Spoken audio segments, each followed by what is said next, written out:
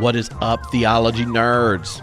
This is Trip, and today, returning to the podcast is a legendary theologian, one of the original womanist theologians, Episcopal priest, and downright just fun, brilliant, and exciting. Kelly Brown Douglas is back on the podcast. And we had an amazing conversation. I hope you dig it. You know why? I have high confidence you will, because she was on the podcast last time, and the members of the homebrewed community, they vote. They vote. Like, what were some of your favorite episodes? Are there any of these theologians that were on in the last year that you definitely want to come to Theology Beer Camp next year? And who was rocking up on that list but Kelly Brown Douglas? I emailed her. She said yes, she's going to be joining us October 16th to 18th in St. Paul, Minnesota. So when you hear this conversation, you not only get to go check out some of her amazing books, which if you haven't checked them out, you're welcome for telling you. But you could go to theologybeer.camp and get your ticket, get the info, and come join us in St. Paul. It's a great idea. It's a great idea. You know why? Because all the cool kids want to hang out with like 40 plus theologians and God pods, 600 nerdy friends, delicious craft beverages, abounding meals with new friends and old friends, meeting the people you've interacted with online, putting flesh on it, and possible hugs. Come on. There's very few opportunities that you're going to get critical mass of people this nerdy, down for some excitement, and to blow your mind piece off. All right? And this year, just one of the people coming to help us do it's Kelly Brown Douglas. So I hope you enjoy this conversation as much as I do, and check it out. The details will be linked on the post, but just head over to theologybeer.camp. Not right now if you're driving, okay? We want you to be safe. We want you to be safe so we can see you in October. Oh, I'm super excited that you're going to be at Theology Beer Camp. The last time you were on after camp, then I email all the people that are like members of the community and say, what are your favorite episodes from the past year or so? Who should come to camp? And, people were very, very adamant about reaching out to you. So when you said yes, I got very excited. It's going to be a bunch of fun. It's quite a unique event. Most of the time, theologians don't get asked to come and actually do theology with 600 people that are day drinking in a sanctuary, and half of whom bought your book in Episcopalian. Advance. Yes. The average age is significantly younger than the usual Episcopal worship service, but it's a lot of fun. And one of the things I enjoy about the event is we try to get so many different people contributing that no one has to do more than one or two things, so that of the 600 or so people there, 3/4 of them get tickets by themselves and are likely coming where they don't have an in-person community where their faith and values and stuff are able to, have a local congregation. And so all the fun around it, and then the theology stuff is in part a way to give people 3 days with an in-person community of Christ where they're connected digitally and in an online space. So every year after camp, when I hear from my friends and theologians that spoke and stuff, their favorite parts are they skipped almost all the sessions they weren't doing something in because someone started talking to them, and they're like, they had actually read my book and walked up with notes, or they heard a part of your story in a podcast and then wanted to get to talk to you about it. And so anytime the theologians also are clergy like yourself, then it works out even better, because you don't have some of our peers, there's reasons they don't preach and don't have office hours with lay people. And so I think it's going to be awesome. And Adam, Adam Clark, who's come a bunch of times, he when I told him that you'd said yes, he was like, oh, this is going to be amazing because she's perfect. So well, I am humbled by the invitation, and I really am, and by the responses to the podcast. But you bring the best out of all of us, Trip. So I thank you for that, and I'm excited to be there. Robert Ellsberg said, "You got to go." I said, "I will," and so And as I told you before, just any opportunities that you and I get to interact and work together, I'm excited for Awesome. it. One of the places I thought that might be fun to start, I was re-listening to our last conversation and pulled out my notes from that one and realized, again, like I only got to like the first third.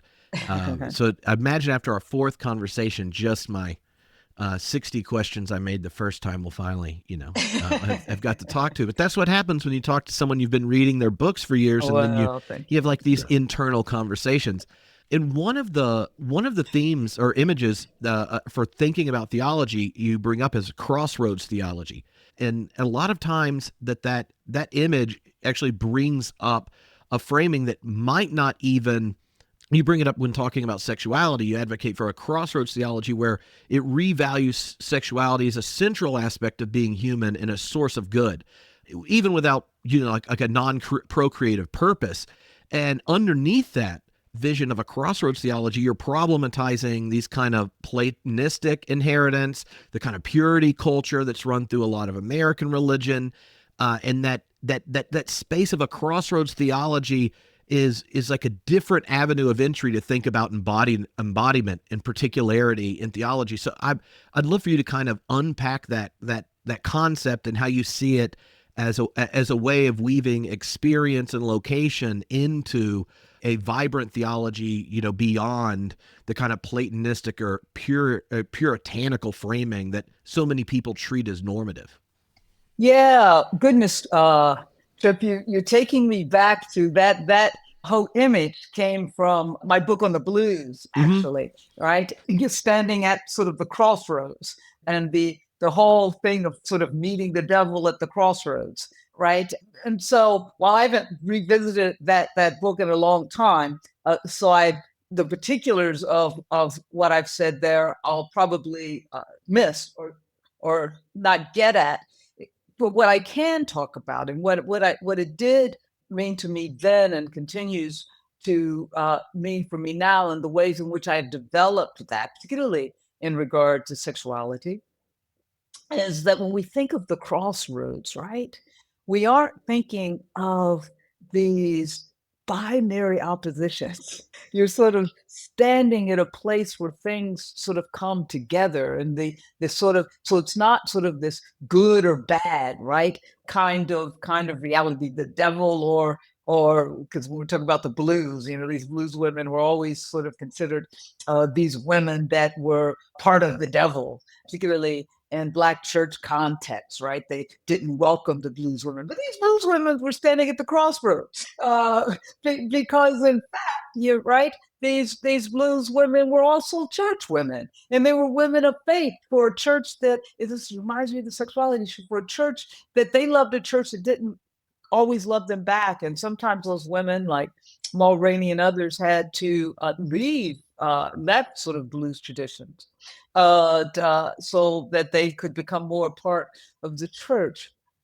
But the way in which that has developed, and Trip, you'll have to ask any details of that to remind me again, but the way in which I've really continued to develop that theology, in particular in this regard, is to really now be forthright in the theology that I do, and more and clear, and I'm clear in my own mind in the problem with binaries, which is that sort of Platonized theology, that sort of body soul split, that sort of sexual purity kind of theology, that sex, quote unquote, is only good for procreation and not simply for pleasure or whatever, or for intimacy, for building intimate relationality, right?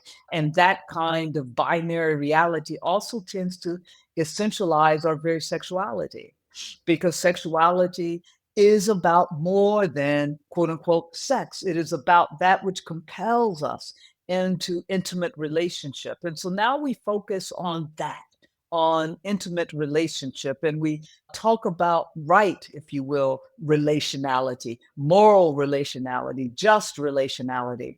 All of this takes us far beyond asking about sort of binary kind of understandings of who to be in relationship with, what it means to, well, even the way in which we think about the way in which we express our sexualities, et cetera. So I'm clear that, first of all, life is more complex than the binary.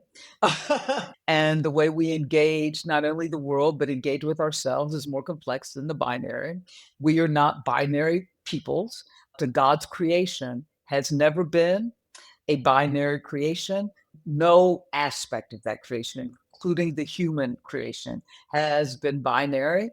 And that means our gendered realities are obviously the way we look, the way we speak, our racial, what's come our racial realities. They've never been binary because God's creation is not that.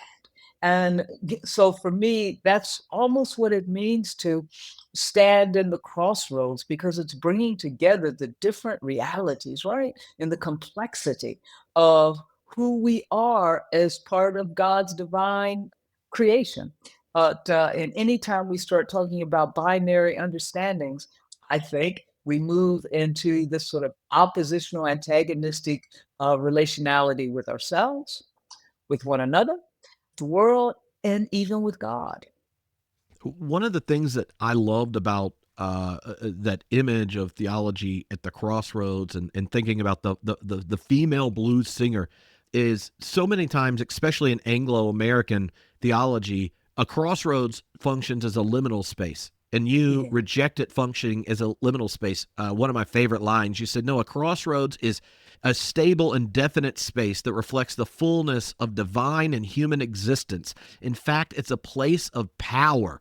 And so to think of a female blues singer and singing of pain and struggle at night and in the morning, singing the gospel and going, no, when we do theology, there's not some like weird transition going between it where now we're doing the holy. No, God has made all of that existence holy. That's right. So how do we think theology there? And so the figure of the female blues singer is like performing a disruptive kind of enactment the moment you go, no, all of her life matters. That's the place we act from. And that's an invitation, I think, to so many people who have multiple different communities they find little bits of their identity in, and then, oh, here's my Christian part, and how does it relate to my vocation or my family or my sexual identity, or how do I show up here? I read it as, neither female nor black, going, are you bifurcating your own identity? And what would it be like to sing all of your existence and then to listen to other people singing all of their existence and go, how is the divine harmonizing in all these songs? Yeah, no, well said.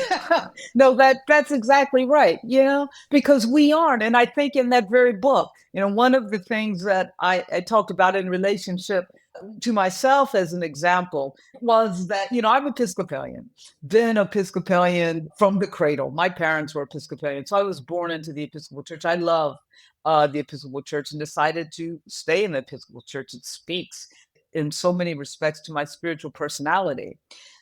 But I'm Black and Episcopalian. And one of the things that I so remember is when I particularly went to seminary, went to Union, and I would be told by my Black colleagues, you aren't a part of the Black church. And why am I not a part of the Black church? Because you're Episcopalian. And I mean, we all know that the Episcopal denomination is timidly well over 90% white.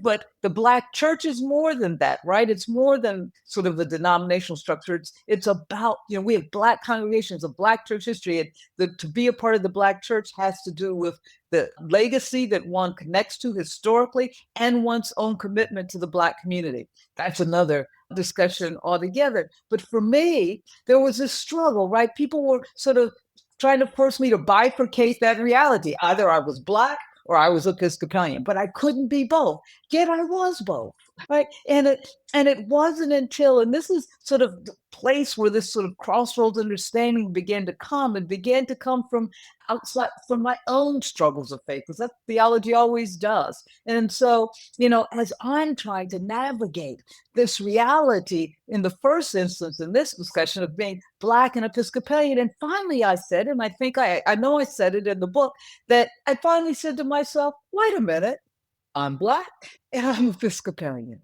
That's who I am, right? I am a part of the Black church. That's who I am. I can't bifurcate these realities. This is the fullness of who I am. And as I began to even grow even more into my own identity, I'm growing up, and if you were all of the gendered constructs, right, of what it meant to be female, which meant that you played with Barbie dolls, right? And you weren't playing football outside with your brother, or you watched certain TV shows. You and I had a pre-conversation about sports. I loved sports. I loved at that time the Cincinnati Reds, and would prefer listening to baseball, or even playing it, than playing with dollhouses or whatever. That just never was me. I preferred jeans over dresses. I think I spoke about that in the book. Again, but you're growing up in these sort of bifurcated realities, right? Well, if you like that, then you must be this, that, or the other thing. And so again, from my own sort of growing into my crossroads reality, where your whole complex embodied experience and identity come together, and guess what? It's okay. Guess what? God meets you there. That's where you really come to understand the complexity, the rich complexity of who God is. And we only get a, sort of a microcosm of that anyway. But it's in those sort of realities where it's not a liminal space. It's a space where everything comes together, and you stand in your own power there, right?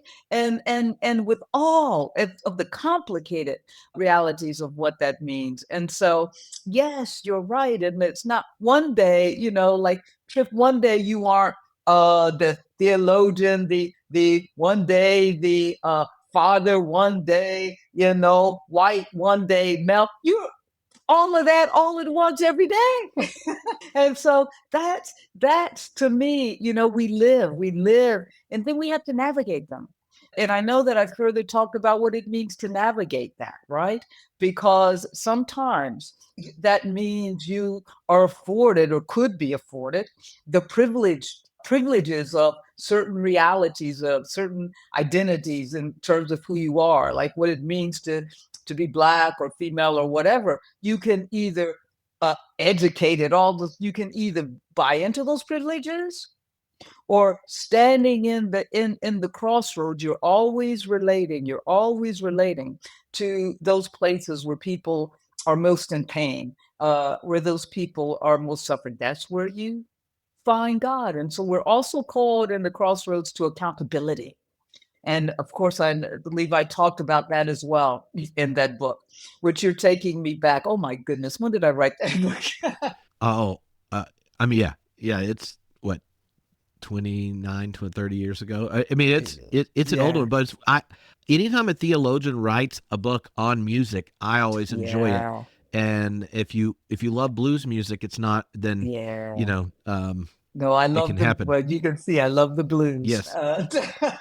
One of the themes that shows up there and across a number of your works is the way that kind of binary, how binaries function culturally. They actually generate these narratives of civility that that kind of reify these divided identities and ultimately sustain oppression among people, right? And so part of both the kind of like crossroads thinking, or intersectional thinking, thinking about God at the crossroads, or Jesus' own narrative and all the identities are there, is attempting to kind of like create a pathway for a kind of a gospel account in its full wholeness, where there's both a trust in an embodied God and a trust in your own embodiment.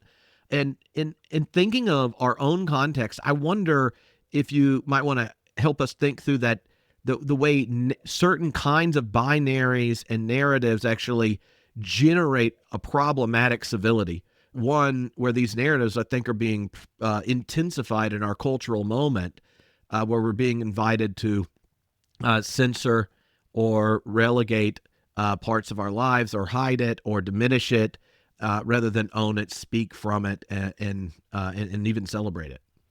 Yeah. And what you're speaking of, particularly in relationship to the blues book, and one of the things that, again, I began to strongly discern was what others have also spoken about, sort of is a narrative of respectability.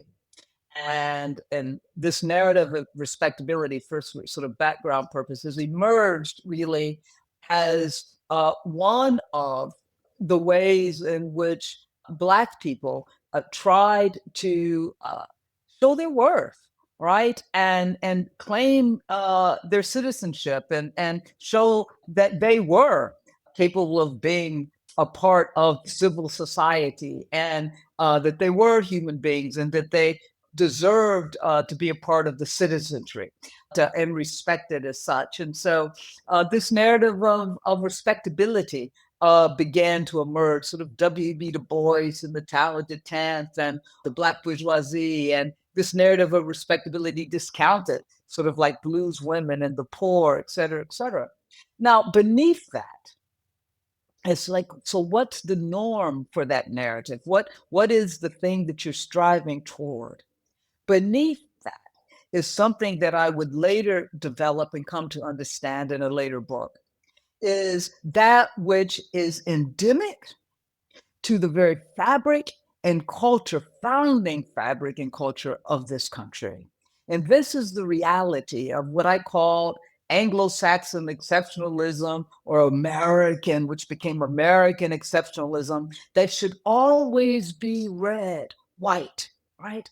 And so this is out of which this whole notion of white supremacy emerges, and that is that in order to be accepted as human, let alone to be accepted as worthy of American citizenship, then one has to assimilate into this notion of respectability that is white culture. And this is, America was founded on trying to carry forth this legacy of Anglo-Saxon exceptionalism, to be this city on a hill. And we really mean Anglo-Saxon, right? Because the founding persons of this nation really believed that they were carrying forth an Anglo-Saxon legacy and protecting that legacy. And so when we talk about respectability, we're always talking about, we have to understand that it is a concept, a construct that is rooted in white supremacist ideology and values, that whiteness, achieving what certain measure of white culture, is what it means to be respectable, what it means to be human, what it means to be an American citizen.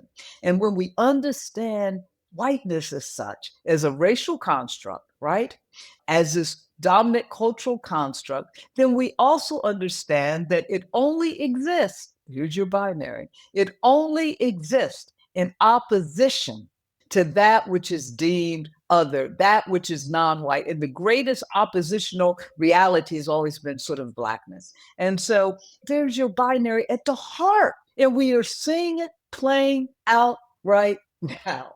That when you're talking about, right, what it means to be America, what it means to make America great again, we are talking about bringing it back to its white normative realities, its white normative supremacist realities, which means anything that is non-white has to go.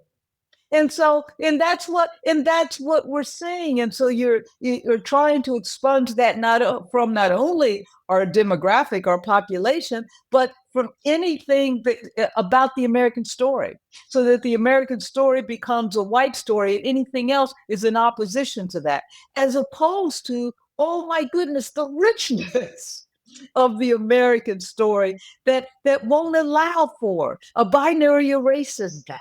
But whiteness only functions in oppositional binary realities. And so, we are seeing that play out right now.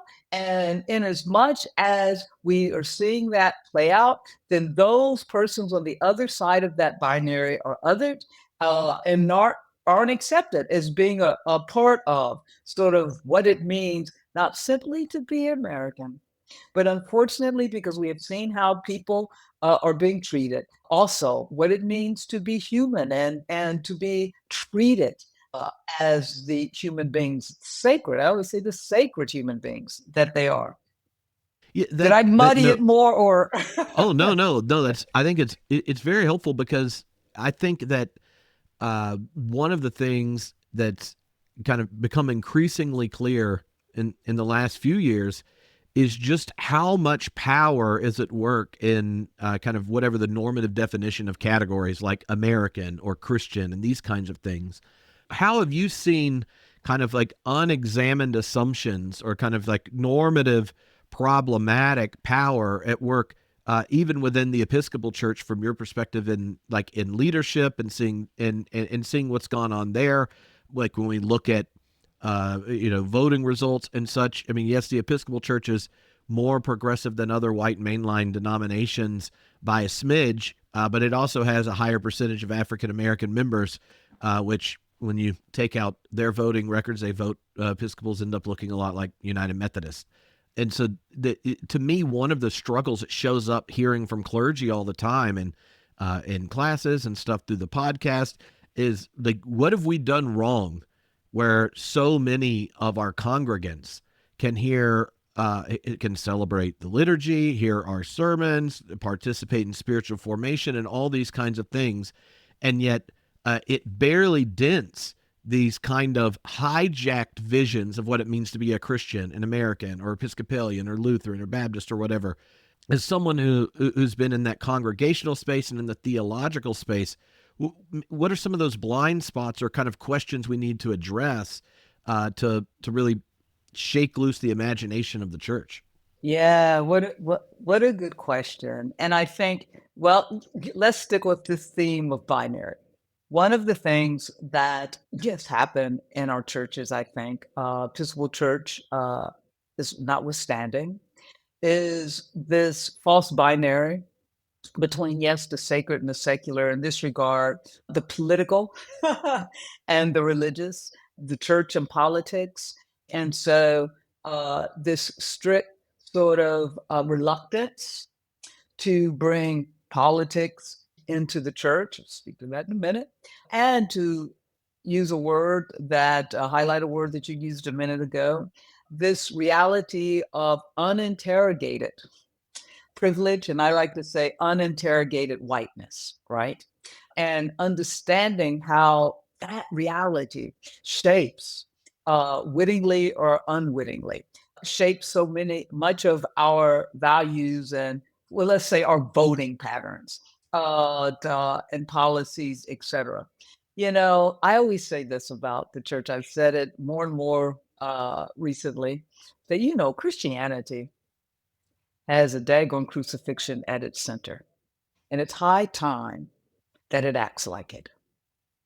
And the churches, our denominations, have not acted like it. Because if they did, speaking of the crossroads, that crucifixion only occurs because Jesus is standing at a crossroads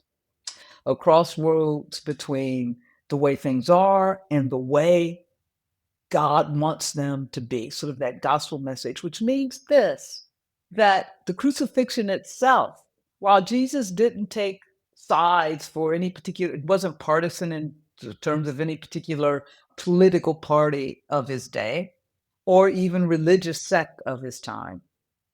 He was very partisan when it came to the values of God's just future, which meant that he could not help but be political. To be partisan and to be political are two different things, right? He was partisan for the values of God, which meant that he acted and spoke to the politics of his day, of his time, the cultural, historical, social politic. He spoke to that. He acted against that which was in opposition to God's values of justice, right? And God's most just. Hence, he was crucified. They say, well, didn't get crucified because he prayed too much. The prayer helped him carry through his ministry and come to the cross, but he was crucified because he stood in opposition to that which was in opposition to God. Now, what happens in our churches is we have become afraid to talk about that. We have sort of made the cross that about our individual salvation, right? No, when we say Jesus died for us, we don't think about we take that out of its historical context and what the crucifixion meant and what landed Jesus on the daggone cross in the first place. He wasn't born to die. He was born to lead us toward God's just future. And because he did that, he was crucified. And so we don't talk about that. And because if we did, that would mean we really have to ask ourselves, right, where we stand in relationship to that cross, where we stand in relationship to Jesus' ministry, which would require of us this kind of interrogation of who we are, where we stand in relationship to power, where we stand in relationship to, well, the realities of whiteness, which is about power, which is about privilege. And I often say, borrowing from James Cone, just because you happen to look like a white American doesn't mean you have to act like it. We are talking about not someone's biological sort of realities. We're talking about a construct of power, a racial construct, and of power and privilege. And so, being on the cross, Jesus emptied himself of all of that which would have given him power and privilege, even of his divinity, right? Of his maleness, of his Jewishness, of his citizenry, to stand on the side of God's justice, which always begins with those who are the least of these fighting for justice. We've not talked about that in our churches, not the way we should be talking about them. So here we are in this place to trying to reclaim our Christian faith. What we need to reclaim is the cross, what the cross meant. And it's uncomfortable because it puts us all in an uncomfortable spot of interrogation. I think I've said before that our being beholden to privileges of whiteness have certainly compromised what it means for us to be Christian and compromised our moral imaginary of what justice can look like. Yeah. Recently, I was looking back at the Black Christ, which is 30 years old now. Oh, you just are having a great old time making me feel old and old. Well, Old and I think older. any theologian who another theologian's read the book multiple times without it being assigned, that we all hope to get there one day. Good save, Trip. But Yeah. but you're making me older and older. But of course, I will confess that I wrote all those books when I was in the first grade. Yeah, very prolific in elementary school. Right. After your dissertation and such, you've had a career where you've had a foot planted in the life of the church and in the academy throughout. And one of the gifts of the Episcopal Church is that you have a gospel reading every Sunday. That's right. And you go through it over the 3-year cycle liturgical calendar. And so I wonder, when you think of someone who kind of discovered Black theology reading James Cone as a student, when your campus minister, gave you James Cone, and then you go and study with him, and then you're doing a PhD, is someone who's had the gift of the liturgical calendar throughout their career.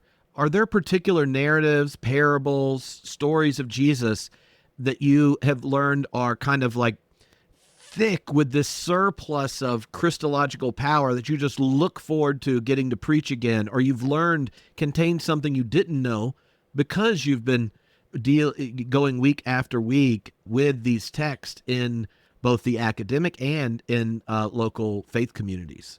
Yeah. Oh, you keep asking these good questions that are making me really think about my journey. And yes, I was introduced to not simply Black theology, but theology, period, by my campus chaplain and David Woodgert. I've written about him before, and I want to call his name in particular now because he passed away a couple of weeks ago.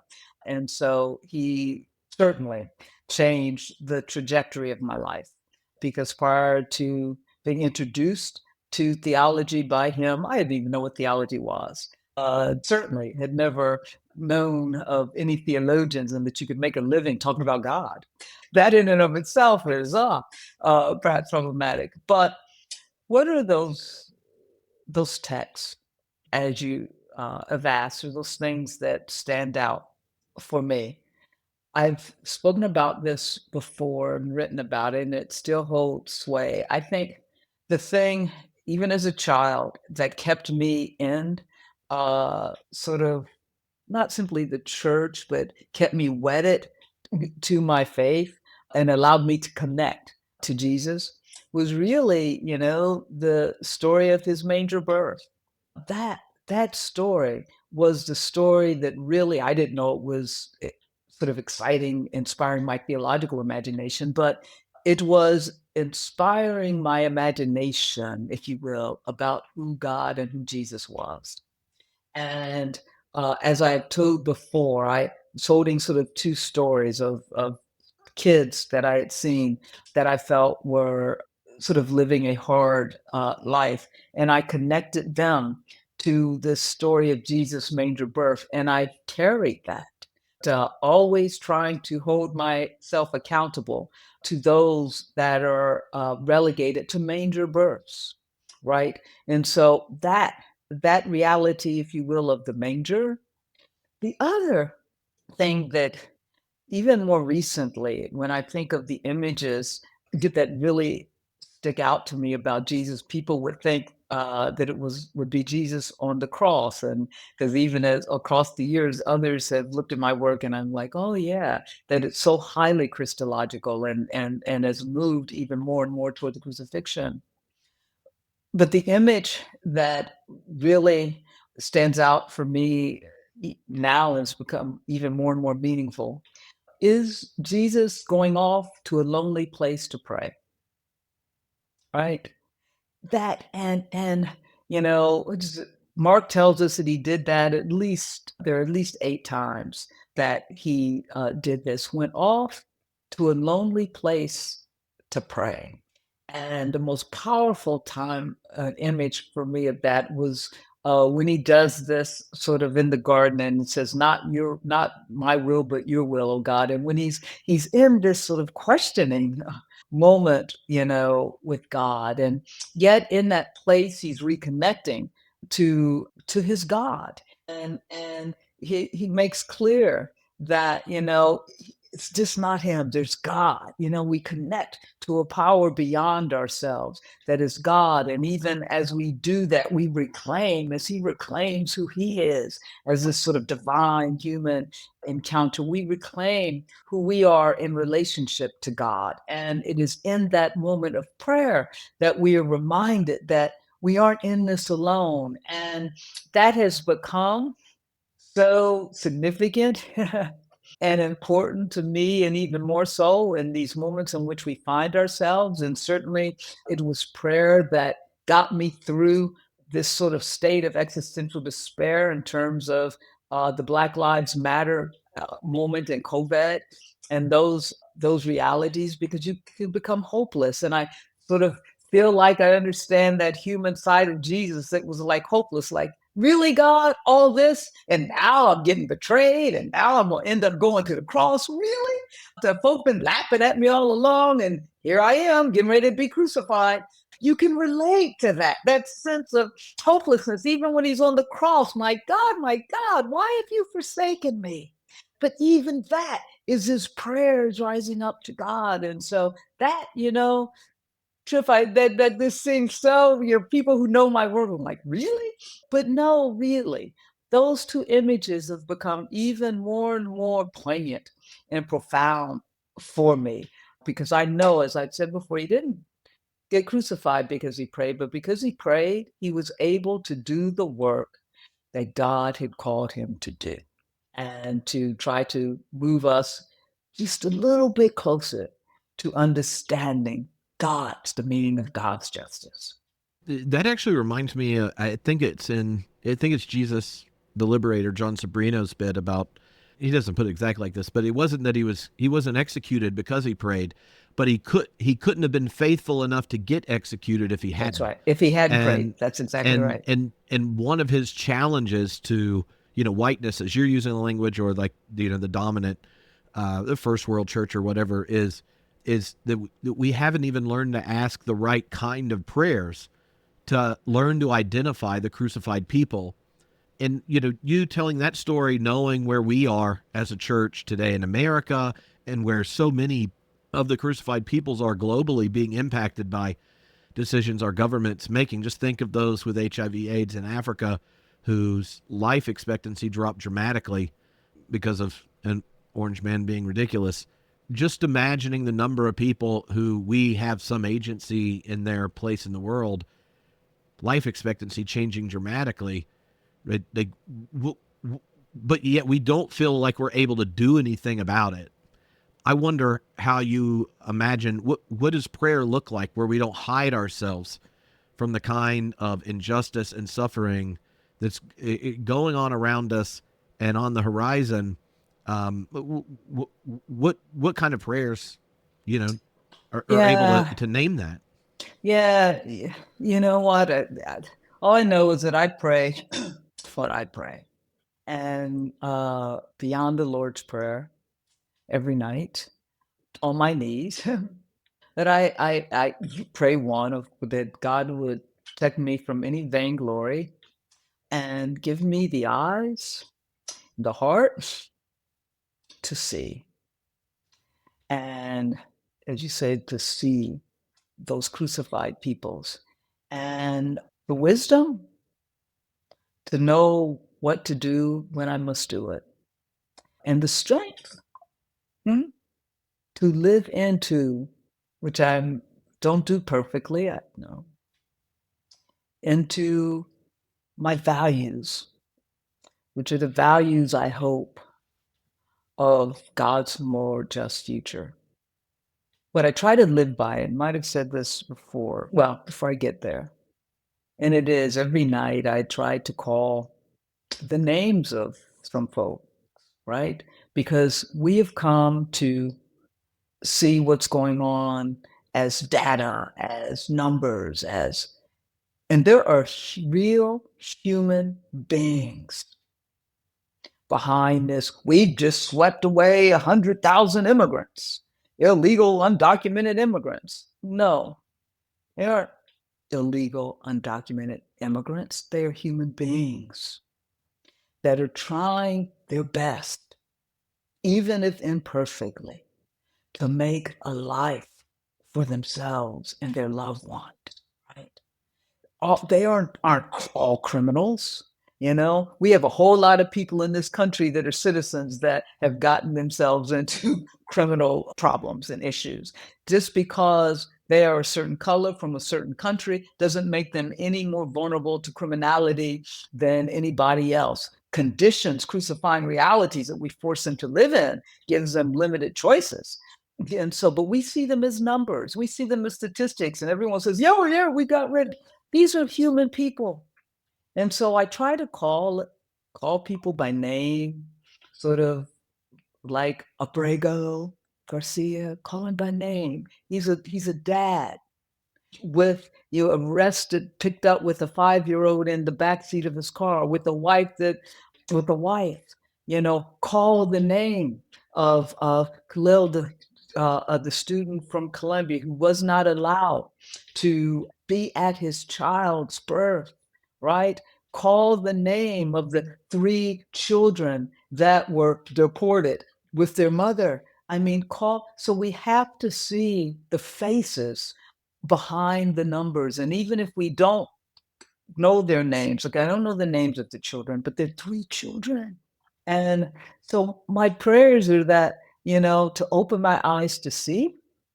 And I just, I always in my prayer lately, like, oh my God, help us to do the right thing. And just help us to do the right thing. And to me, that's the power of prayer. Is not some miracle is going to happen and we're going to wait on God. We at least get on the arc with God that bends toward justice, that we partner with God. And so far we've been standing in opposition, it seems to me, that to God's just future. So, that's what the power of prayer to me is. It's empowering. It's letting you know that, you ain't in this alone. God is there. And I know we have all my students asked me the other day about sort of the theodicy question. Well, where is God? And, and I'm like them. Sometimes I'm like, okay, God, I'm like Jesus on the cross. Really, God? Uh, Time to show yourself, because this is no longer funny. Not as if it ever was. I mean, I mean, it's like, okay, God, okay. But even with that, I know that as long as there are people, it's like I said in my last work, as long as there are movements of resistance toward justice, I know that that's where God is showing up. And, we can't wait for God's justice to come down from on high. We have to do that justice and know that we are empowered with God as we do it. So I don't know, Trip, every night prayer ends my day so that it can get me through another day of terrible, ungodly news. And I do. I'm like everybody else. I scratch my head. I am more perplexed by not by the government and that regime. I'm perplexed by human beings, our American citizenry. How can you? What's happened to your empathy? That was your humanity. That's what binds us together. How can you let this happen to people? But that's back to the beginning. That oppositional reality that those that well, they ain't white, so we don't see them as Yeah. human. You mentioned the two elements just even about your prayer practice there, both of using names, and at the beginning you talked about like physically being on your knees Oh yeah, during prayer. Now, theologians, we tend to overthink lots of things, including postures during prayer. But I know a lot of people who never think about it. And so I wonder what you've learned about being intentional just in your own body posture in different kinds of spiritual practices, prayers and such. first of all, perhaps I've never known prayer without being on my knees. And I have it when we were little. Growing up, my three siblings and myself, at night we got on the side of our bed on our knees and we said our prayers. Then it was now I lay me down to sleep. I pray the Lord my soul to keep. I should die before I wake. I pray the Lord my soul to take. Ooh, Lord, if I really knew what that meant then, I would have. But but that was you get on your knees for prayer. And then, and growing up in the Episcopal Church, now, there are many moments in the Episcopal Church in prayer where you aren't on your knees, but we were always on our knees, and people would joke about it. Oh, the Episcopalians genuflecting, getting up and down on their knees. And so I always grew up knowing that that was the way you prayed. And as I became more aware of prayer and grew in my faith and my understanding, and the image of Jesus on his knees. And to me, it's this is like, here I am. I mean, you humble yourself before God because you're so infinitesimal. You humble yourself before that which is so much greater than who you are, and it's not about you anymore. That to me, I mean, it's just like, here I am. I don't care what you think you've done and how important you think you are. You are never too great to get on your knees and pray to God. And that's just true. I don't even, it's not even become a thought. I was praying for a friend's child, and I was telling them, I said, yeah, I pray for him every night on my knees. And they said, you get on your knees? This was recently, and I said, yeah. And it sort of, this will sound strange, but it dawned on me, I guess everybody don't do that at night before they go to bed. That was just the way I was raised. And that to me is a very important part of my spirituality. And sometimes, Trip, I get on my knee, I'm tired, and sometimes, and sometimes it's like, oh my God, these prayers are getting too long. And I'm like, and I'm getting old. The longer I stay on my knees, the harder it's gonna be to get up from my knees. But sometimes I don't know what to say, and sometimes I just say the Lord's Prayer and offer myself up to God. But yeah, it wasn't too good for it wasn't beneath Jesus, so it's not gonna be beneath me. That's tweetable.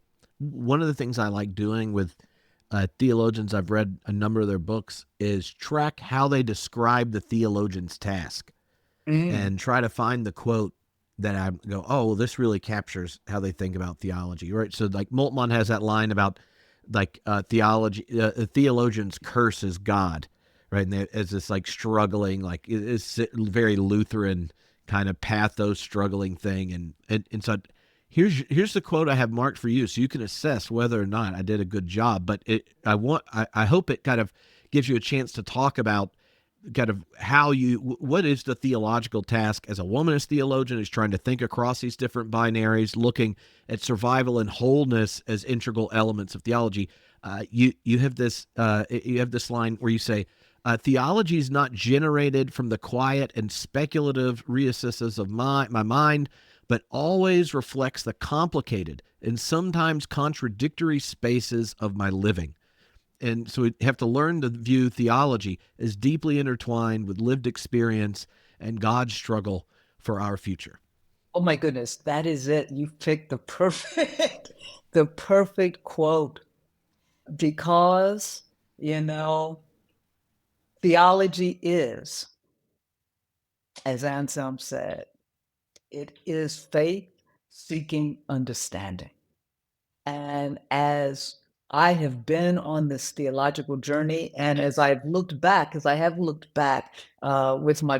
Robert Ellsberg, my editor, or sort of over this trajectory since the Black Christ, and what I have seen is that with each book, I'm not coming to this book saying, "Oh yeah, I'm going to write about this next." The books grab me, and sometimes I come into them kicking and screaming. I had no intention of writing Resurrection Hope or the Stand Your Ground for that matter.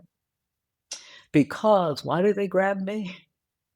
Because I am literally on this journey of trying to understand the meaning of my faith as I am navigating the contradictions and the realities of my living. And so that is a perfect quote because that's what theology is. How do we understand? Lately, I'm trying to understand the meaning of the justice of God, of a just God in the midst of just truly unloving and unjust realities. When I wrote Sexuality and the Black church, I'm trying to understand a faith that would not accept someone that I loved who happened to be gay, that was saying that LGBTQ persons are sinful human beings. I couldn't be a part of a faith that would say that. And so I had to understand the meaning of my faith in relationship to this. And as I wrote Stand Your Ground, it was trying like, really, God, here we go again, black young men just being killed indiscriminately because they're black, was in the midst of Trayvon. And I had my son was about Trayvon's age at that time. And so I was in agony trying to understand again, okay, God, that was one of those, all right, God, enough's enough. How am I to understand the justice of God in a stand your ground culture? And so, yeah. And sometimes, you're just making your way through the complexities and contradictions of life, trying to really hold on to my faith. And at each point, knowing the risk, there's this theological risk that as you do this, that you might get to the end and say, my faith doesn't make sense. It doesn't hold up. And there were two moments, but I'll speak of one moment and the Stand Your Ground. I was on this journey. And the first part of that book is sort of trying to understand the realities of really white supremacy, white racism, the realities that would allow someone just to kill a young teenage boy like Trayvon, or a young teenage woman like Rakisha McBride with impunity. And so I was just trying to understand that. And I got to a point sort of at the end of part one of that book, which is trying to understand the depth, what became the depth of white racism, of supremacy, that I thought, I'm done now. I couldn't see a way out. It was like, okay, at each turn, you've been able to reclaim the power of your faith. And at that moment, I didn't see that. And I remember, I may have talked about this in another podcast with you, but I remember that moment after getting to the end of sort of part one. It's sort of like I felt like I had painted myself into a corner and there was no getting out. And I went to bed that night thinking, well, this book, this the end of this book. This journey is at its little end, and I was this faith journey may be at its little end. And I remember hearing the words of Trayvon Martin's father, who said, my heart is broken, but my faith is not shattered. I'm like, and I kept him like, wow. So what I had to do was almost taking me back to the Black Christ, was I had to go back to this Black faith that even in the midst of such hardship, and in this instance of this death of the son, and this is the Black faith that emerged out of the hush harbors of slavery, that I had to go back to that Black faith. And so I had traced the steps, right, that got us to this moment of stand your ground culture. Now in part two, I had to retrace the steps of a Black faith tradition that could get a father of a child that had just been unjustly murdered to say, my heart is broken, but my faith is not shattered. And so, yeah, you picked the perfect quote, because theology is to me, simply put, who knew I quote Anselm, faith speaking understanding. We are navigating, people of faith, trying to understand the depth of its meaning and the meaning of God as we go through the harsh realities of living. Well, thinking thinking about that in your previous reflection on Jesus' prayer in Gethsemane, one way that seems clear to me about even looking at these books like Stand Your Ground, Resurrection Hope, where their origin story is someone else sharing their faith that then comes to challenge your own faith, is very much a Gethsemane moment, because Jesus looks to his disciples and says, "Could you not stay awake with me for 1 hour?" Right? Like I'm not asking. I just need the gospel of presence in my darkness to be with me, and will you stay awake? And so, like, writing Resurrection Hope in many ways is going like, I have enough confidence in the gospel to actually go to Gethsemane with you after your son raises those questions that challenged so much of your faith. And I think a lot like Jesus' own experience there, and the disciples and all their fear, abandonment, and betrayal, right? Like, one of the gifts of the gospel, and one of the things, as we're in Eastertide right now, is thinking that we had a God that didn't flinch. And Gethsemane became part of the divine life. And our Gethsemanes are the places where we know Christ, as a brother of deep solidarity and suffering, stays awake with us for more than 1 hour. And I think that's why I've like, when I reading Resurrection Hope and Stand Your Ground are like simultaneously theology text and like Easter sermons, and it's because you name it, right? And I think too often theologians that think in that with a more abstract account of theology don't emphasize, no, this is a faith that is fragile, seeking understanding on their knees in Gethsemane. But I think because you're able to do that and bring your own questions, doubts, and struggles there, then there's a lot more trust in the reader can have for anything you manage to bring out of it. Anyway, that's more just a compliment of. Well, if that is the case, I am humbled by that. What I always say, sometimes I have to apologize to the readers, because I'm taking you on my faith journey, and I am humbled that you enter into this journey with me. Just because I am a theologian or priest or any of those things does not mean that I am any different than any other person of faith trying to understand and hold on, really, to our faith. It's Paul Tillich who made us really make crystal clear, right, that faith and doubt are not opposites. That to have faith, there has to be doubt. That doubt is an intrinsic part of faith, because faith is It's about those times when God appears absent, right? It gives sort of like I always tell my students, sort of like trust in a relationship, right? You're in this relationship of love with somebody, and everything's cool. You don't have to worry about it when they right there with you, right?